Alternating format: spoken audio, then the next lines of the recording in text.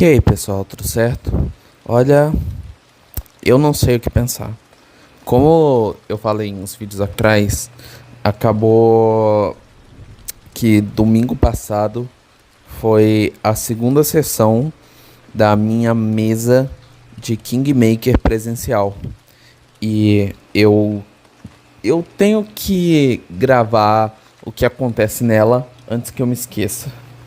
Só que aconteceram umas coisas em off que eu vou falar no final do vídeo que estão me fazendo questionar algumas coisas. Mas não vamos precipitar as coisas. Vamos pro que interessa, né?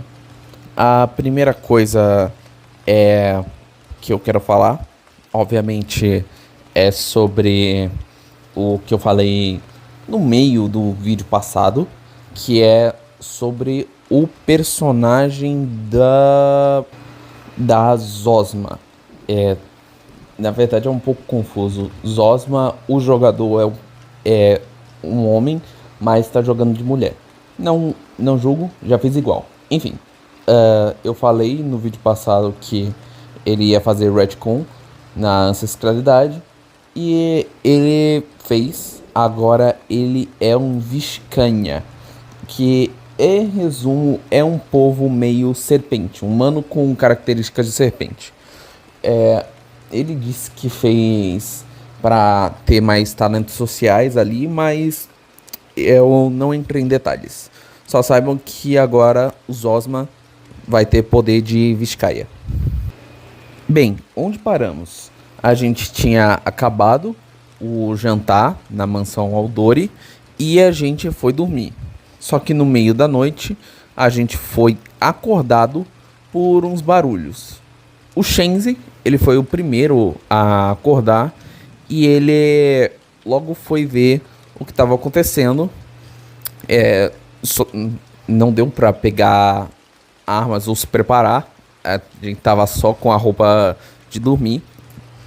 E a gente abriu a porta, depois de uns vários testes lá pra ver se tava tudo seguro. E ele viu um monte de bandidos pra fazendo uma bagunça, tinha até um guarda morto lá. E foi o primeiro combate que a gente teve. Obviamente, eu sendo mais experiente já sabia mais ou menos o que fazer, né? Eu fiquei o Vex, ele é de combate corpo a corpo e ele usa uma Great Sword, né, uma espada grande. Então, eu já parti para a linha de frente e fiquei com o Shenzi tancando. E no final, a gente encontrou, a gente derrotou os bandidos, claro, e encontrou dois detalhes neles. O primeiro é uma tatuagem de 3 lágrimas no olho, que aparentemente é de uma organização criminosa, e uma outra tatuagem no braço dizendo Vi, Viva o Massacre, ou alguma coisa assim. Desculpa a falta de detalhes, eu realmente tô gravando isso 2 dias depois, então algumas coisas se perderam. Depois de investigar isso, a gente obviamente falou, tá rolando treta, vamos nos preparar pra briga. E a gente foi pra vestir as armaduras lá. Passou uns 5 minutos vestindo armaduras. Enquanto isso, os que não precisavam de armadura revistaram o resto pra ver se encontravam mais sobreviventes. Depois, o corredor ele terminava de um lado tendo tipo uma varandinha, uma sala com janelas só pra ver a vista, e o outro era o final. Levava pra uma porta. A gente abriu a porta e se deparou com mais bandidos. No e foi o nosso segundo combate. Dessa vez, ele meio que tentou ensinar sobre como obter cobertura e os bônus que você recebe por causa disso. Eu não. Eu acredito que a maioria lá é novato em Pathfinder, mas eu sei que quase ninguém ali tem tanto problema com RPG no geral, por causa que eles já são de uma sessão passada. Eles são da minha campanha de Maldição de Strahd, com exceção do personagem do Shenzi, que só jogou uma vez ou outra. Enfim, combate foi tudo tranquilo, né? Felizmente o meu boy, o Preston, ele sabe bem como jogar de healer, como curar. E a gente conseguiu passar. A sala em si era um tipo de preservatório, um memorial, alguma coisa assim. Tinha duas pontes no meio, atravessando um corpo d'água pequeno e várias plantas grandes, assim, árvores, arbustos e essas coisas. Mas enfim, depois disso, a gente obviamente seguiu em frente e foi para um outro corredor. E nesse corredor, a gente encontrou uma sala onde tinha um gigante que estava aparentemente cego. E a Lindsay, sim, a Lindsay que a gente tinha falado no jantar, ela estava junto com o gigante e estava se escondendo dele. É óbvio que eu, conhecendo bem a personagem, eu fui partir para cima.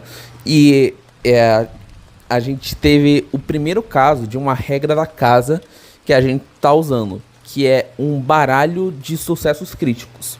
Quando você tira um 20 natural e por causa desse 20 você crita, você puxa do baralho e aplica um efeito bônus. Quem tirou isso foi o Preston, usando, acho que, Lança Divina.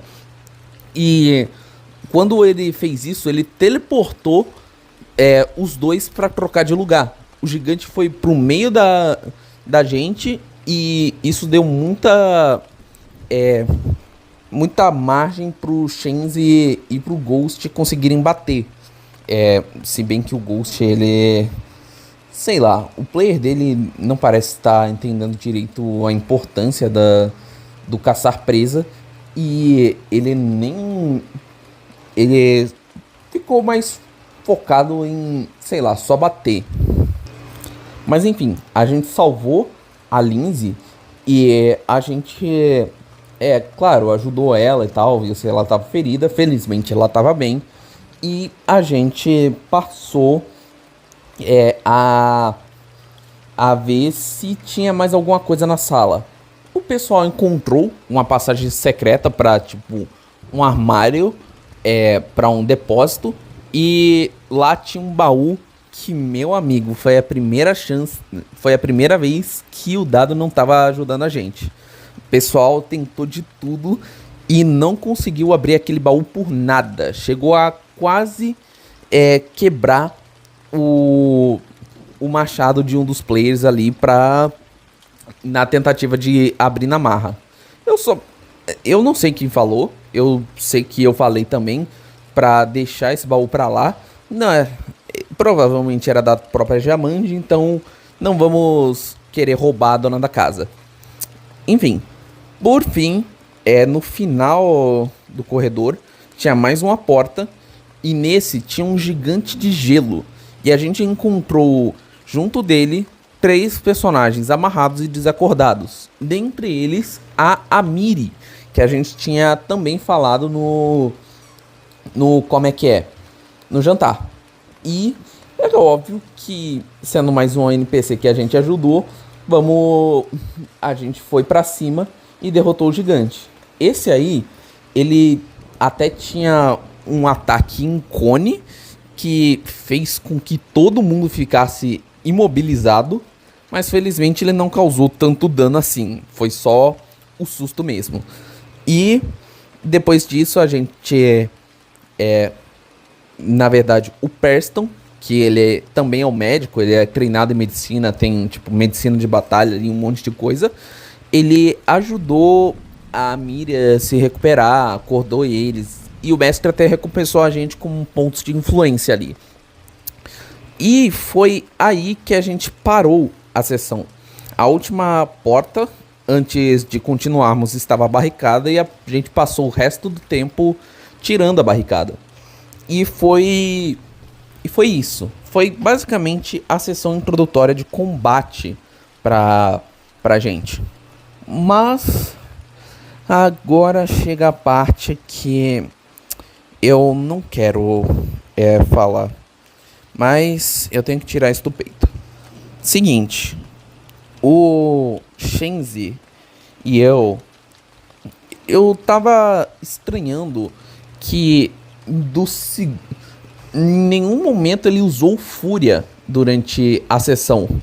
E ele jogando de bárbaro, fúria é a coisa mais importante pra ele. Tipo, é o que ele usa pra tancar, já que ele ganha PVT, ele dá dano extra e tudo mais. Eu percebi isso lá no começo do terceiro combate. E ele falou: eu simplesmente não vou usar fúria porque o meu personagem tem um motivo na história dele. E tipo, na hora, tipo, pra quê? Pra quê? Mas eu deixei passar, eu não queria causar um escândalo no meio da mesa. Quando a gente passou o combate inteiro sem ele usar fúria.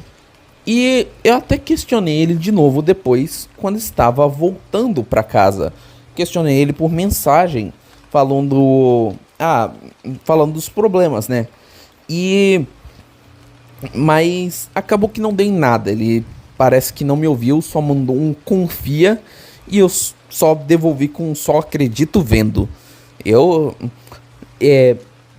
Daí vem hoje.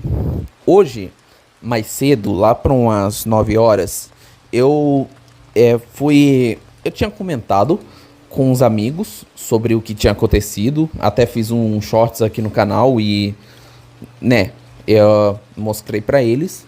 E ele falou, e um dos meus colegas de internet falou: ei, qual é o instinto que esse bárbaro tá usando? Eu falei: é o instinto do gigante. É o que no nível 1 você tem uma arma que é um tamanho maior que você e você pode usar ela pra dar dano extra. Ele reviu o treco do bárbaro, o instinto do bárbaro, e percebeu que enquanto ele estava usando essa arma, ele ele fica com a condição desajeitado 1. E desajeitado, pra quem não sabe, dá -1 em CA, testes de destreza, como reflexo, e testes de perícia envolvendo destreza, como acrobacia, furtividade e ladroagem. Daí eu pensei: putz, isso não entrou no nosso cálculo. Daí, o que eu fiz? Eu mandei mensagem no grupo da gente falando: ei, gente, isso daqui tava errado. O personagem do Shenzi deveria ter tomado esse debuff. E ele começou a brincar lá, dizendo: ai, eu morri, galera, foi bom participar com vocês. E eu só falei: não é isso.